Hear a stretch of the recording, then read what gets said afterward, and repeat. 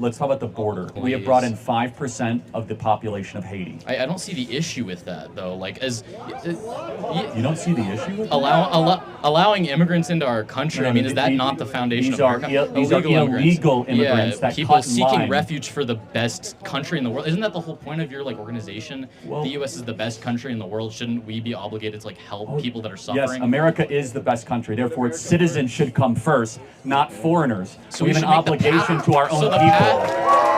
So the pathway to citizenship should become easier. Then. No, we should deport them all back to their homeland. We should deport them all back to their homeland. Back to their homeland. All the immigrants, okay. Well, we shouldn't all make the it illegal for foreigners, yes. Okay. In Springfield, Ohio, in one town, English as a second language speakers in one high school went from 250 to 1,500 kids in 2 years. These communities are being overrun. Go down to Aurora, Colorado, right down the street here. Entire apartment complexes are now being run by Venezuelan gangs. Not to mention every day an American citizen is being killed. From Laken Riley to Rachel Morin to 11-year-olds that are being killed in DUI accidents. We have a belief that our founding fathers had, which is if your government does not fulfill its obligation to its own people first, its government is not legitimate. And that's what's happening right now.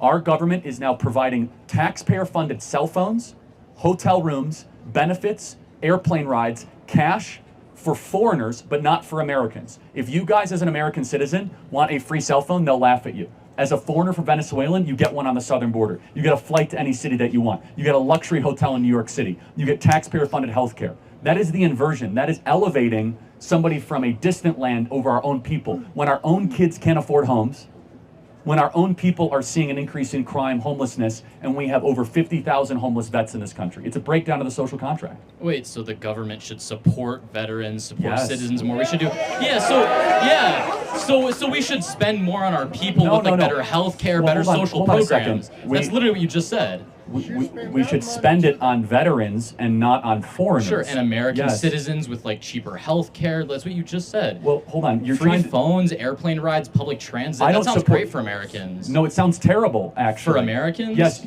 government should not be giving free phones to anybody, okay? You said that the citizens should come first in those programs. Yes, you know how they should come first? By not having to compete against a foreigner for your job.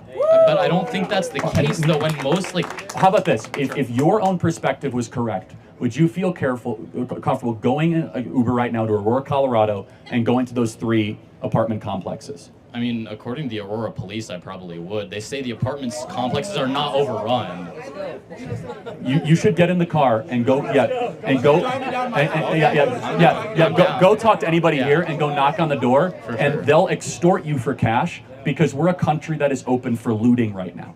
For the entire world, over 118 countries have entered the southern border.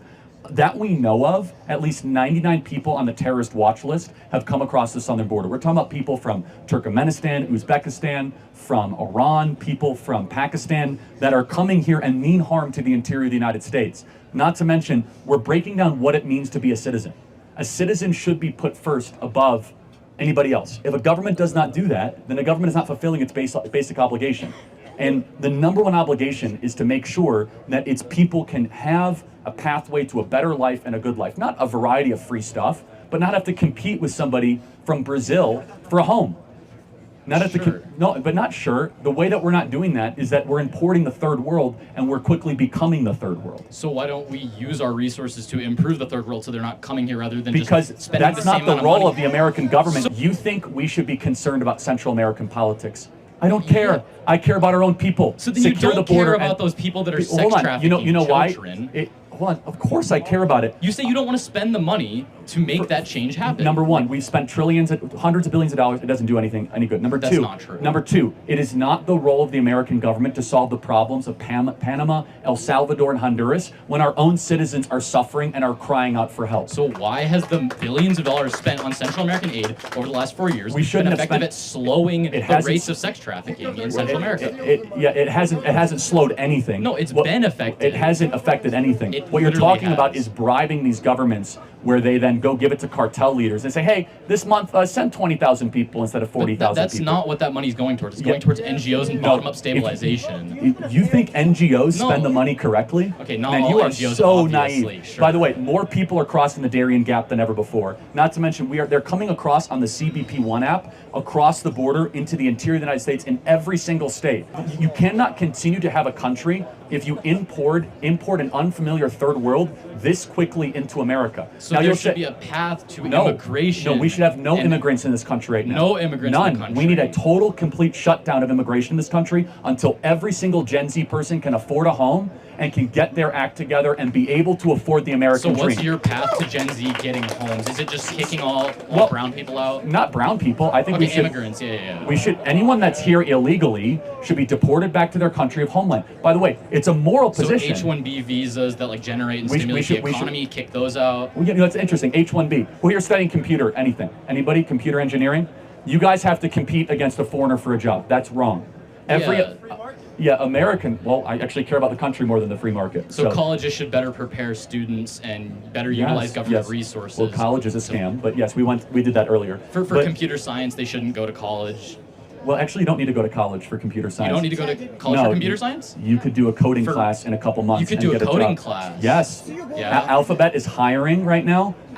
You could get a job at Alphabet, Google, for taking a C++ class? Correct. Yes. Yes. They're hiring coders after a 60-day coding class. To answer your question, a country that ceases to secure its own sovereignty and does not think I care more about my own people than the foreigners ceases to be a country. You're a colony and you're something else. And we are seeing our generosity be taken advantage of. I am all for American charities going down to Panama and helping out. I'm all for people giving to charity. So we should reallocate U.S. spending towards things that are actually effective for people in and outside of our borders. Well, so then we don't have people coming into our borders and then we can help our people. Well, no, again, if they come to the border and the border is closed and you say, hasta la vista, go back to Nicaragua. Or we spend in Central America, they don't have to come to the U.S., and then we have a better U.S. It's the same amount of spending. No, first of all, to solve the problems of the third world would cost trillions of dollars, and that would all be laundered and not even work.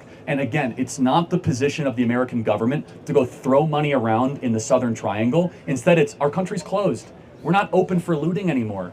Go make Nicaragua great again. Or go do what El Salvador has done. El Salvador is now a safe and stable country, and they're seeing their GDP go up, and it's not because of us. Yeah, it is. We put $4 billion into South Central America. Hold on. And Bukele barely took the money. You know why it's safe? Bukele has turned El Salvador safe because he locked up all the criminals. He locked up 40,000 criminals and put them in prisons, and El Salvador is now safer than America. El Salvador was the murder capital of the world, and now El Salvador is much safer than America. I think it's wrong if you guys are afraid to walk the streets of Denver at night. I wouldn't walk the streets of Denver at night. Would you guys? No! That's a breakdown of the fundamental role of government. Would you guys walk the streets of LA at night? No. The streets of San Francisco? No. We can't walk our own greatest cities at night, and we want to bring in more people from the third world? Hell no.